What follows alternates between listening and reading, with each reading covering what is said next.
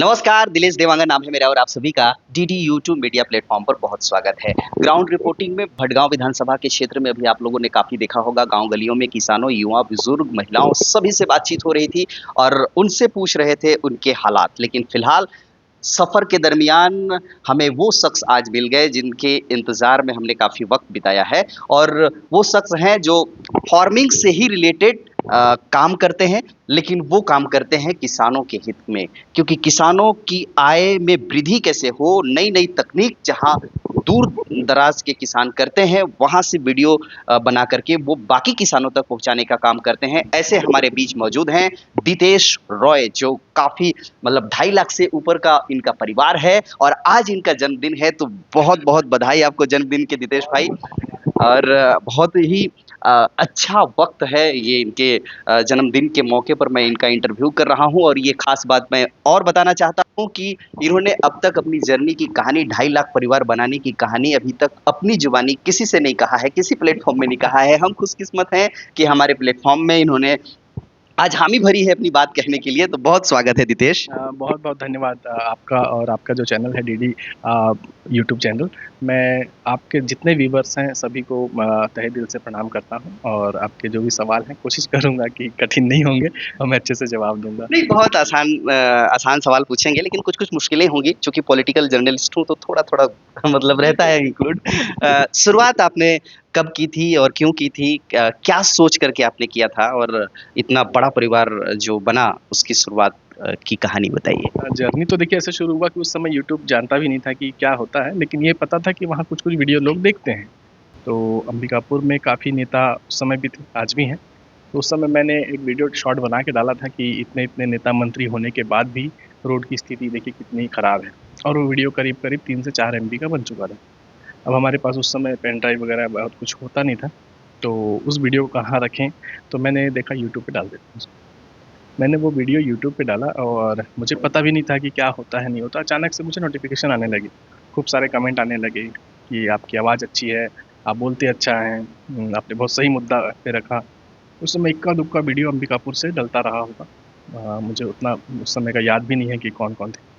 बस वो कमेंट देखा और मेरे कुछ दोस्त यार हैं, वो लोगों ने भी बताया कि नहीं इसी पे काम करिए आप, ऐसे ही काम करिए। तो मैं समझा कि मुद्दा तो सही है, लेकिन मैं उस नेगेटिव चीज़ों को नहीं दिखाया। ब्लॉगिंग किया, प्राइवेट अच्छी चीज़ों को दिखाया, जहाँ पे जो नेगेटिव थी उसको ना दिखा के पॉज़िटिव चीज़ों को दिखाया और प्यार मिलता गया और बस सफ़र ऐसे ही चालू हो गया। की शुरुआत में ही बता देते हैं 2.5 लाख का परिवार का प्रमाण ये दे सकते हैं आप। इनको सिल्वर बटन मिला हुआ है। ये जो 1 लाख परिवार जिनका होता है यूट्यूब पर वो आता है। कब आया था दिदेश ये? आज से 2 साल पहले, ढा ढाई साल पहले लगभग ये आ गया था मेरे पास में। अच्छा, कितना वक़्त लगा था इसको हासिल करने में? देखिए शुरुआत में तो क्या था कि बहुत एंड्रॉयड फ़ोन नहीं थे, जियो का सिम लोगों तक नहीं पहुँच पाया था, उस समय से मेरी जर्नी है और गाँव देहात से ही लोग मेरे ज़्यादा व्यूअर्स हैं, मैं भी गाँव का हूँ। तो जितने व्यूअर्स हैं उनके पास में उस समय ना सोशल मीडिया बहुत ज़्यादा प्रचलित नहीं था। तो स्टार्टिंग में बहुत स्लो चला, फिर कुछ-कुछ वीडियो हमारे वायरल होते गए। कभी 1 हफ्ता कोई वीडियो चला, फिर दूसरे हफ्ता कोई वीडियो चला। ऐसे करते-करते करीब साल 2 साल के अंदर हम लोग 1 लाख तक पहुँच चुके थे। देखिए, जब आपने शुरुआत की थी और सरगुजा संभाग में आज भले ही लाखों के लोग अपना परिवार बना लिए हों, इंस्टा में बना लिए हों, यूट्यूब बना लिए हों, लेकिन जहाँ तक मुझे जानकारी है कि आप इकलौते ऐसे यूट्यूबर रहे हैं सरगुजा के जो अ, इतना बड़ा मकाम हासिल किया था, इतना बड़ा इन्होंने एक परिवार बनाया था, बार-बार मैं ज़िक्र कर रहा हूँ। तो एक बड़ी अचीवमेंट थी। पहली बार कब लगा था कि हाँ, मुझे इस फ़ील्ड में काम करके मैं धन्य हो गया या बहुत अच्छा कदम रहा मेरा? देखिए मैं उस समय रायपुर में था और मेरे करीब-करीब 1000 सब्सक्राइबर होने में 7 दिन का समय लग गया। 999 सब्सक्राइबर होने के बाद जो अटका, 3 दिन लग गया, मुझे 3 रात मैं नहीं सोया था।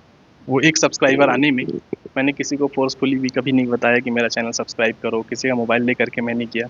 लेकिन जो 1 सब्सक्राइब है ना, कभी कम हो जाता था, लेकिन बढ़ता नहीं था। 3 दिन लगा था वो 1000 होने में। सबसे कठिन समय वो था और जब वो पार कर गया ना तो एक लगा कि माइलस्टोन मैंने क्रॉस कर गया। उस समय मोनेटाइज़ेशन और टफ था, अभी थोड़ा कुछ सरल हो गया है।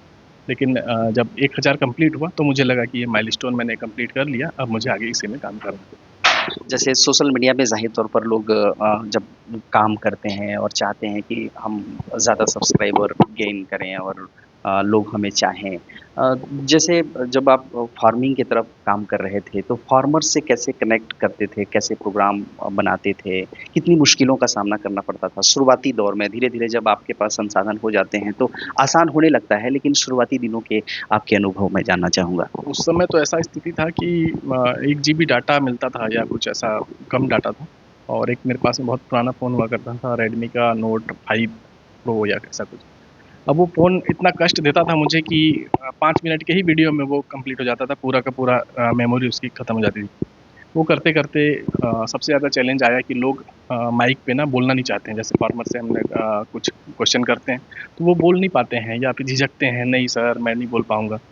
तो हिडन में रख के कैमरा सामने लगा के ऐसी बातचीत करते धीरे-धीरे चालू किए, और अब जो है अब फार्मर एजुकेटेड भी हो चुके हैं और इन सब चीज़ों को जानते भी हैं। इंस्टाग्राम लगभग सब चलाते हैं, यूट्यूब सब चलाते हैं, तो अब ऐसा प्रॉब्लम नहीं है। पूछना चाहता हूँ कि वो कब कौन-सा लम्हा था, जिस दिन आपको वो पहली कमाई मिली थी और कितनी खुशी हुई थी उस पैसे से आपने क्या किया था? मैंने 4 चेंजेस देखे हैं यूट्यूब पे।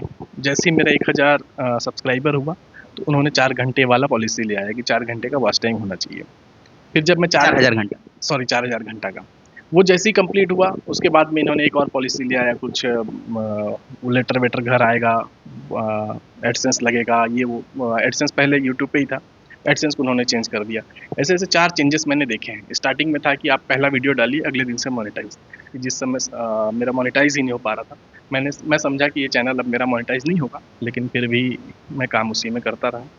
जिसे वो और कहते हैं कि संघर्ष के समय में हार नहीं माननी चाहिए, लगातार संघर्ष करते रहना। जितने भी व्यूअर्स देख रहे हैं ना, जो कम उम्र से शुरू कर रहे हैं, मैं उनसे भी कहूँगा कि अगर आप ट्राई करते रहिए एक ही फ़ील्ड में, तो ज़रूर सक्सेस ज़रूर होंगे।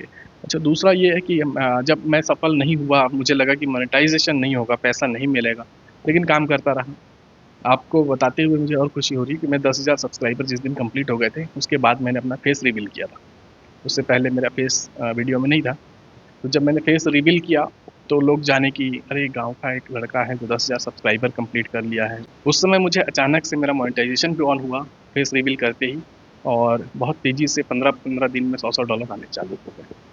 15-15 दिनों में $100 यानी $200-200 तो मतलब आपने कहीं न कहीं हिंट दे दिया कि कितनी ये इनकम से उस इन्होंने समय की शुरुआत। बात है जब मेरे पास 10,000 सब्सक्राइबर थे। क्या बात! क्या आज बात! उसको कैलकुलेट करेंगे तो थोड़ा आधा हुआ भी है, लेकिन पहले से कमाई कम हुई है। अच्छा, पहले से कमाई कम नहीं, हुई। 10,000 सब्सक्राइबर थे, तब $200 बनता था, आज 2.5 लाख है, तो उस हिसाब से जितना बनना चाहिए उससे कम बन रहा है। अच्छा, चलिए, बहुत कुछ आप समझिएगा दोस्तों। वैसे सोशल मीडिया पे आप काफ़ी, चाहे वो रूरल एरिया के हों या फिर शहरी क्षेत्र के हों, बहुत लोग इसमें इन्वॉल्व हैं और अपना कहीं न कहीं करियर तलाशने में लगे हुए हैं। मैं पूछना चाहता हूँ दितेश आपसे कि जो लोग आज जो युवा वर्ग है, जो यूथ है, वो पागलों की तरह सोशल मीडिया में इन्वॉल्व हो रहे हैं, चाहे रील्स बनाने की बात हो, यूट्यूब पर काम करने की बात हो, फेसबुक में काम करने की बात हो, इंस्टा पे काम करने की बात हो।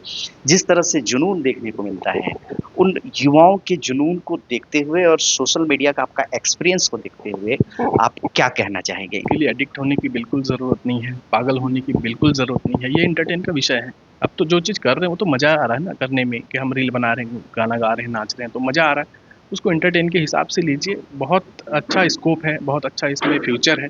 आप चाहें तो इसको करियर के रूप में बना सकते हैं, लेकिन पेशेंस चाहिए, समय चाहिए, टाइम टेकिंग है। आप इसको पार्ट टाइम नहीं कर सकते, पार्ट टाइम करेंगे तो मुझे लगता है 4 साल में मैं 10 लाख पहुँच जाता, बट अभी ढाई पौने 3 लाख है, तो कहीं न कहीं पार्ट टाइम की वजह से है। मैं भी इसे सैटरडे, संडे ही काम करता हूँ।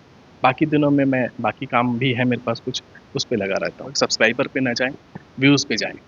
अगर आपके में 10,000 सब्सक्राइबर है और 9,000 व्यूज़ आ रहा है, तो इतने स्पॉन्सर मिलेंगे, कंपनी वाले इतने प्रोडक्ट आपको भेज देंगे कि आप सँभाल नहीं पाएँगे। वो हर दिन लगभग एक ना एक मेल आपको ड्रॉप करते ही हैं कि हमारा ये प्रोडक्ट है, इसके ये फीचर हैं, आप इसका स्पॉन्सर करिए। कुछ ब्रांडेड प्रोडक्ट हैं जिसके हम लोग करते भी हैं, जैसे लोगों को पसंद आए, फार्मर के काम की चीज़ें हैं जो मिलती नहीं हैं, लेकिन कंपनी देना चाहती है, फार्मर को पता नहीं है। तो उस बीच का मीडिएटर का काम एक सोशल मीडिया इन्फ्लुएंसर ही कर सकता है। टीवी हो, रेडियो हो, आज किसी भी साधन से आप जाएँगे तो वो एक माध्यम है। तो वो माध्यम यूट्यूब भी है, तो हम लोग उनको भी भेजते हैं, और वो स्पॉन्सर इतने मिल जाएँगे अगर व्यूज़ अच्छे आएँगे कि करियर तो क्या, आप बहुत अच्छा पैसा इससे बना सकते हैं। जो क्रिएटर्स हैं, वीडियो क्रिएट करते हैं, आप उनको अपनी तरफ से क्या अभी जो कुछ लोगों को आप देखते होंगे, कुछ यूट्यूबर्स हैं उनको देखते होंगे, सोशल मीडिया पे काम करने वाले नए युवाओं को देखते होंगे, उनमें आपको क्या कमियाँ नज़र आती हैं? और आपके वक़्त में जो आपने शुरुआत किया था, उस हिसाब से क्या बेहतरी नज़र आता है? देखिए, हाईटेक तो बहुत सारी चीज़ें हुई हैं। लोग मैंने आपको बताया ना कि रेडमी नोट 5 प्रो एक बहुत साधारण सा फ़ोन, उससे काम किया मैं। उस समय ट्राइपॉड पूछता था तो लोग बोलते थे ये क्या होता है? तो जब उससे काम किया जा सकता है, और आजकल तो इतने हाईटेक चीज़ें आ गई हैं, इतने फ़िल्टर्स आ गए हैं, इतने मोबाइल इतनी कैपेसिटी की आ गई है, तो काम करने वाले के इच्छा पे है, उसकी आत्मशक्ति पे है, वो कैसा करना चाहता है। अगर काम करेगा तो 100% इसमें करियर है। अब पता नहीं मैं फँसने वाला बात कर रहा हूँ कि हो सकता है इसको लेके कुछ कंट्रोवर्सी हो। कि लड़कियाँ जैसे रील बनाती हैं, वो क्या होता है, अगर उनका रील वायरल नहीं होता ना, तो थोड़ा-सा और ट्राई करती हैं कि उसको 13 प्लस से 14 प्लस मिले जाएँ, 14 से 16 प्लस मिले जाएँ। और उसको उसके लिए लेकर के शर्मिंदगी भी उनको झेलनी पड़ती है, बाद में घर वाले देख रहे हैं उनका वीडियो। तो एक्चुअली होता है ये है कि व्यूज़ के चक्कर में, नॉर्मल वीडियो में कई बार होता है व्यूज़ नहीं आते हैं। थोड़ा-सा वो वल्गर वीडियो बनाते हैं तो उसमें अचानक व्यूज़ आने लगते हैं। गाली-गलौज, लड़कों की बात करें, गाली-गलौज करते हैं तो व्यूज़ आने लगते हैं, क्योंकि दर्शकों को वो हर ऐज को पसंद आता है। तो वो चीज़ से बचें। लंबा समय अगर लंबा पारी खेलना है, और आने वाला आपके जो बच्चे होंगे, उनके बच्चे होंगे, वो देखेंगे कि हमारे दादाजी ने ऐसा वीडियो बनाया था, हमारी नानी ने, हमारी दादी ने, सबके भी जनरेशन आगे बढ़ेंगे, वो ऐसा वीडियो बनाया था। ये वीडियो कहीं जाने वाला नहीं है। हम सोचते हैं हम अकाउंट डिलीट करेंगे, वीडियो चला जाएगा, तो ऐसा नहीं है, वीडियो कहीं न कहीं तो है। तो उससे बचना चाहिए। मैं ये यूथ को सलाह देना चाहूँगा कि इस चीज़ से बचें। दितेश जी, आप अब तो फ़िलहाल पॉलिटिक्स में इन्वॉल्व हैं। इससे पहले कि पॉलिटिक्स की बातों का सिलसिला शुरू किया जाए, यूट्यूब का आखिरी सवाल कर लेते हैं। ज़ाहिर तौर पर कहीं न कहीं जिज्ञासा मन में होती है जो लोग यू सोशल मीडिया पे काम कर रहे हैं, कि भाई दितेश जी का इतना बड़ा परिवार है सोशल मीडिया में और इतना लंबे वक़्त तक उन्होंने काम किया था। अब अभी आपने स्पॉन्सर्ड की भी बात कर दी। तो अभी तक अगर कुल आपने यूट्यूब या सोशल मीडिया की कमाई से क्या-क्या हासिल किया है? चूँकि जितने यूट्यूबर्स होते हैं वो यही बताते हैं कि हमने ये खरीदा, हमने वो किया, हमने ये बनाया। ज़रा आप भी बता दीजिए। तो देखिए, इसमें कुछ छुपा हुआ नहीं है। आप अगर घर आए होंगे तो एक बड़ी-सी गाड़ी देखे होंगे, टाटा सफारी, एक i10 कार। तो ये सब यूट्यूब का ही देन है, मैंने कहीं से अलग से पैसे नहीं लाए। या ऑफ़िस में जहाँ हम लोग ये स्टूडियो रूम अभी थोड़ा-सा क्या है क थोड़ा तो क्या है, थोड़ा काम चल रहा है हमारे यहाँ कंस्ट्रक्शन का, इस वजह से थोड़ा अस्त-व्यस्त दिख रहा होगा। लेकिन ये सब यूट्यूब के पैसे से ही हुआ है, कोई मतलब सोशल मीडिया के पैसे से हुआ है, कोई अलग से इसमें पूँजी लगाया हुआ नहीं है। चलिए, दिनेश जी अब थोड़ा-सा मुश्किल सवालात आएँगे क्योंकि आप पॉलिटिक्स में हैं और फ़िलहाल पॉलिटिक्स में कुछ थोड़ा-सा डीपली गए हैं और समाज का सेवा भी कर रहे हैं। कहीं न कहीं कुछ-कुछ कमियाँ भी नज़र आती हैं। बीजेपी से सरोकार रखते हैं, बातचीत के दरमियान पता चला तो मैं सीधे दर्शकों को उलझन में नहीं डालता हूँ, मैं ही बता देता हूँ कि बीजेपी के लीडर भी हैं नितेश जी और फ़िलहाल काम कर रहे हैं। आप ये तो भटगांव क्षेत्र है। भटगांव क्षेत्र में लक्ष्मी राजवाड़ी जी पहली बार विधायक बनी और पहली बार में ही मंत्री बन गई। तो आप 2 साल का कार्यकाल जैसे अभी फ़िलहाल मैं ग्राउंड में जा रहा हूँ तो लोगों से पूछता भी हूँ, मैं अब सीधे आपसे पूछता हूँ 2 साल तकरीबन पूरा होने को है। बीजेपी की 2 सालों की सरकार को एज़ ए पॉलिटिशियन या एक एक युवा ठीक है। आप कैसे देखते हैं और क्या कहना चाहेंगे? देखिए, सबसे पहले तो मैं सभी को भटगाँव वासियों को, जितने हैं विधानसभा वासियों को, उनको बधाई देता हूँ कि आपके पूरे छत्तीसगढ़ में, हमारे छत्तीसगढ़ में 16 लाख मकान स्वीकृत हो गए। पूरे महिलाओं को मिल रहा है महतारी वंदन योजना का लाभ। जो मकान हैं, पक्के मकान हैं, आप समझिए कि किसी का घर हाथी तोड़ देता है। रात में आप बच्चों के साथ में सोए हैं, इमेजिन करिएगा, खटिया में सोए हैं या नीचे सोए हैं और रात में हाथी अचानक से घर तोड़ दे, क्या दहशत होता होगा। तो उनके लिए जो मोदी सरकार जी हैं, मोदी सरकार है, भाजपा की सरकार है, उन्होंने घर जो प्रधानमंत्री आवास है, पक्का मकान, वो दिलाया। अब आप सोचिए कि ग्राउंड लेवल पे क्या काम हुआ होगा। ये तो आपकी बात होगी पॉलिटिकली। बिल्कुल जिस पार्टी से हैं डिफेंड करना आपका धर्म है कहीं न कहीं। अब मैं पूछना चाहता हूँ, हाथियों का ज़िक्र किया दितेश जी आपने। सरगुजा अंचल में हाथियों का जो कहीं न कहीं वो आक्रामकता है, वो आक्रोश है, वो देखने को मिलता है कई अलग-अलग जगहों पर। कहीं पे फसल की नुकसानी होती है, कहीं गरीबों का घर उजड़ जाता है।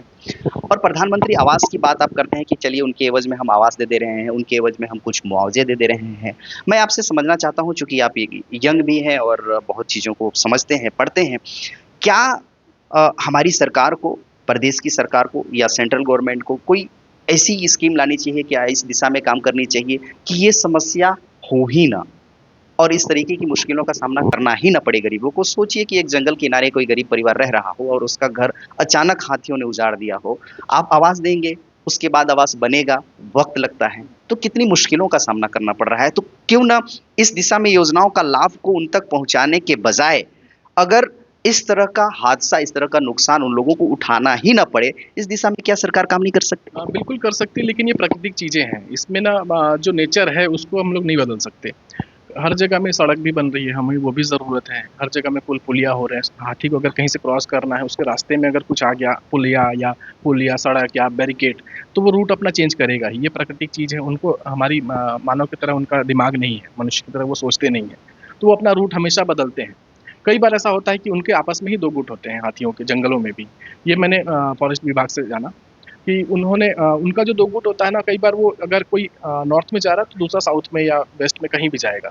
तो ये हमेशा ऐसा होता है, ये रूट चेंज का मामला है और ये आज से नहीं है, बहुत लंबे समय से है। महामाया पहाड़ में भी ऐसे, जंबिकापुर का महामाया पहाड़ है, वहाँ भी हाथी विचरण रहा है। जो भी आस-पास के जंगल है, अभयारण्य है, सभी में हाथी विचरण रहा है। अब उनके अंदर वो विवेक नहीं है कि हमको किस रूट में जाना है, उनका कोई मापदंड नहीं होता कि हमको इसमें गूगल मैप नहीं होता कि हमको इसी तरफ जाना है या इसी तरफ जाना है। तो उसी वजह से कई बार ये शहर की तरफ आते हैं और उस बीच में जैसे हमारे गाँव के लोग हैं, थोड़ा महुआ शराब बनाते हैं, तो वो बहुत ज़्यादा आकर्षित करता है हाथी को। उसका जो सेंट है, स्मेल है, वो बहुत ज़्यादा आकर्षित करता है, उसकी वजह से वो उस घर पे अटैक करता है। नहीं तो उसको, हाथी को ये विवेक नहीं है कि उस घर को तोड़ के मैं क्या खा जाऊँ। कई बार चावल का भी शराब बनता है हमारे छत्तीसगढ़ में, उसका भी स्मेल जो है, सेंट है, वो हाथी को बहुत आकर्षित करता है, जिसकी वजह से वो घर को तोड़ता है। चलिए, ये पक्ष हमने रखा। आगे बढ़ते हैं दितेश जी। और आपने आवास की बात कर दी, महतारी वंदना की बात कर दी जिससे लाभान्वित हो रहे हैं। ये तो शुरू के स्कीम हैं।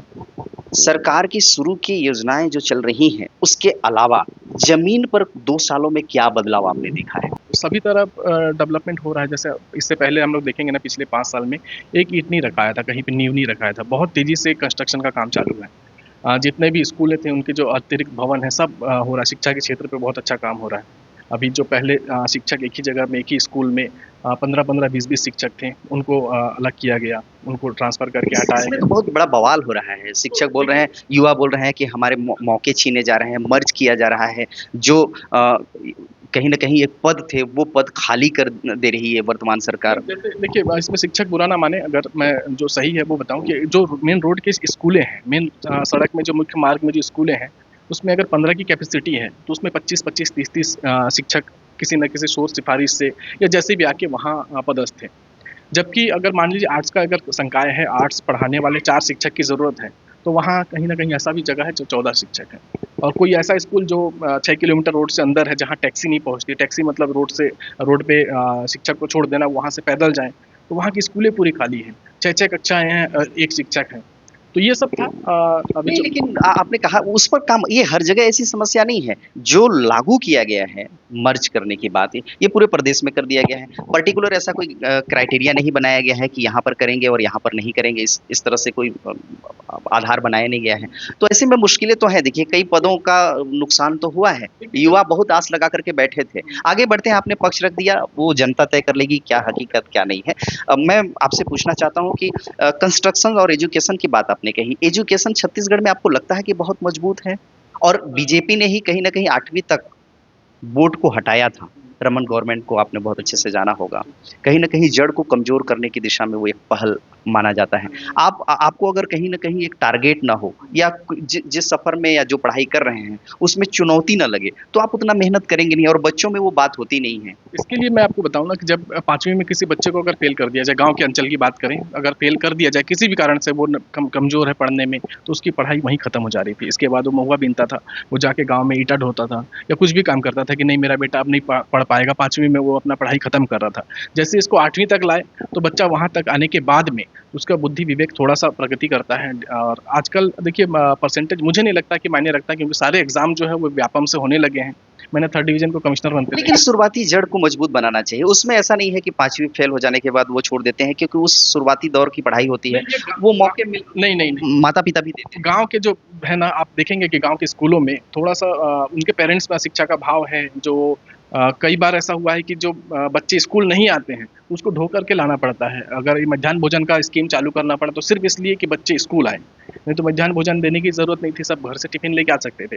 अब कोई पेरेंट अपने बच्चे को जब स्कूल ला के छोड़ता है तो वो ये उम्मीद करता है खाना वाना खा के जाएगा, इसके लिए ये स्कीम चालू की गई।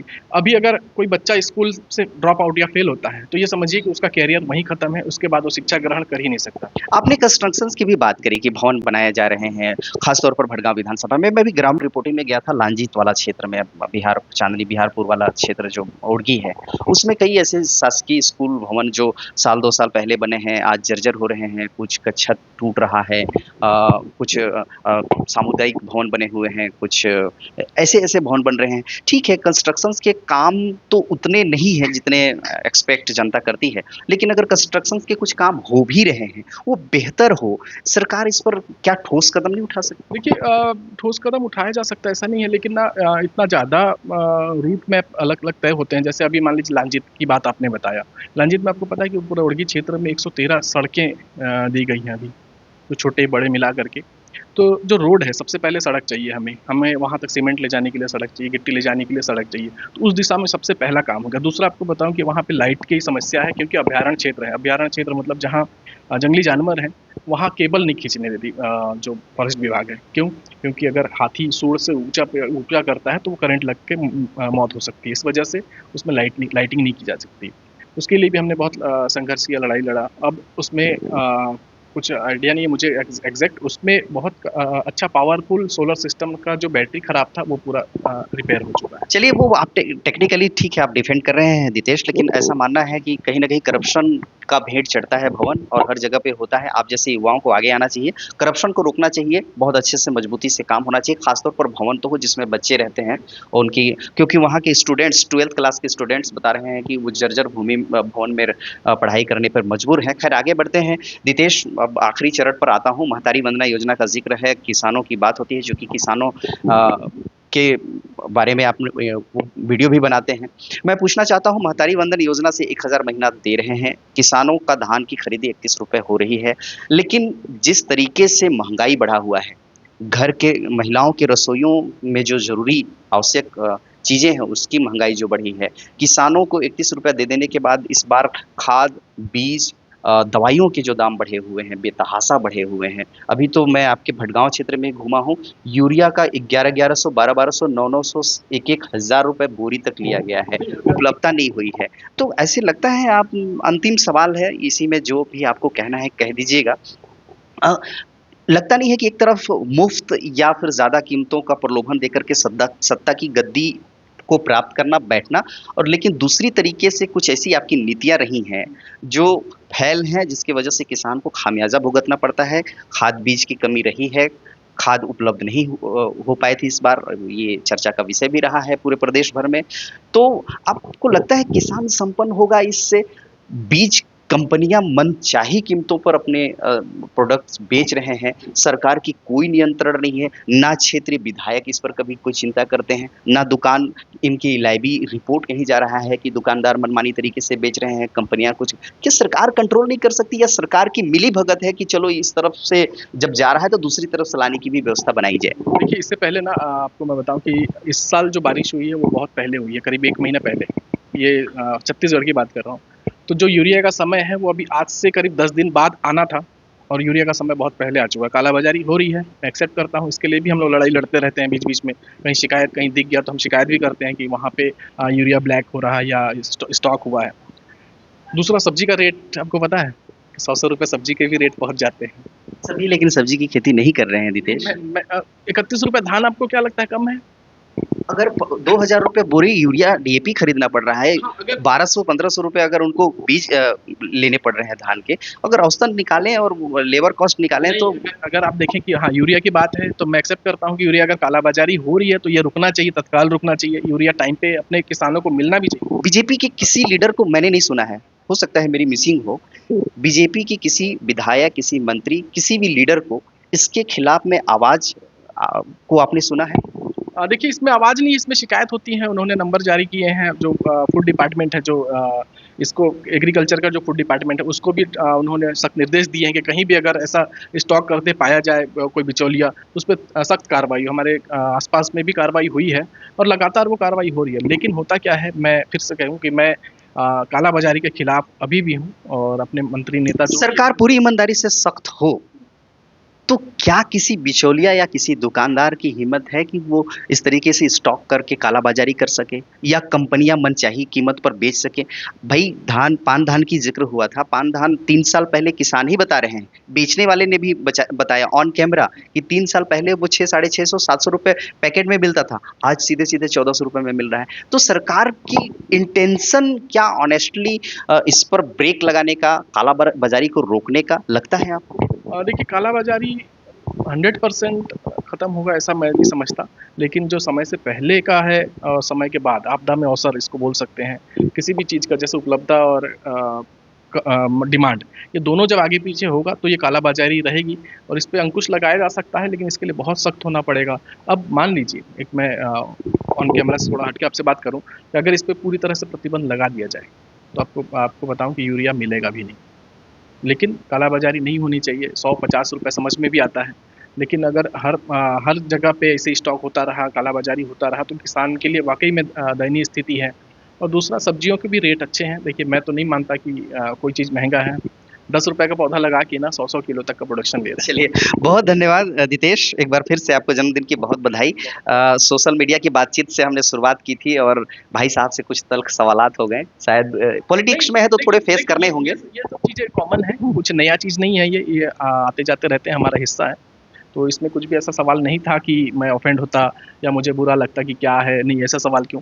सारे सवाल आपके बहुत अच्छे थे, बहुत शुभकामनाएँ आपको भी, बहुत अच्छा आपने हमारे साथ में वन टू वन किया और मैं आपके और आपके सभी दर्शकों को फिर से कहूँगा कि इनके साथ जुड़िए, बहुत अच्छे वीडियोज़ इनके आते रहते हैं और मैं भी आपको फ़ॉलो करता हूँ। तो अच्छे-अच्छे टॉपिक पे आप भी जनहित का काम कर रहे हैं, आपको बहुत-बहुत शुभकामनाएँ। बहुत शुक्रिया दितेश रॉय, आपने हमें वक्त दिया और अपनी बातें साझा की।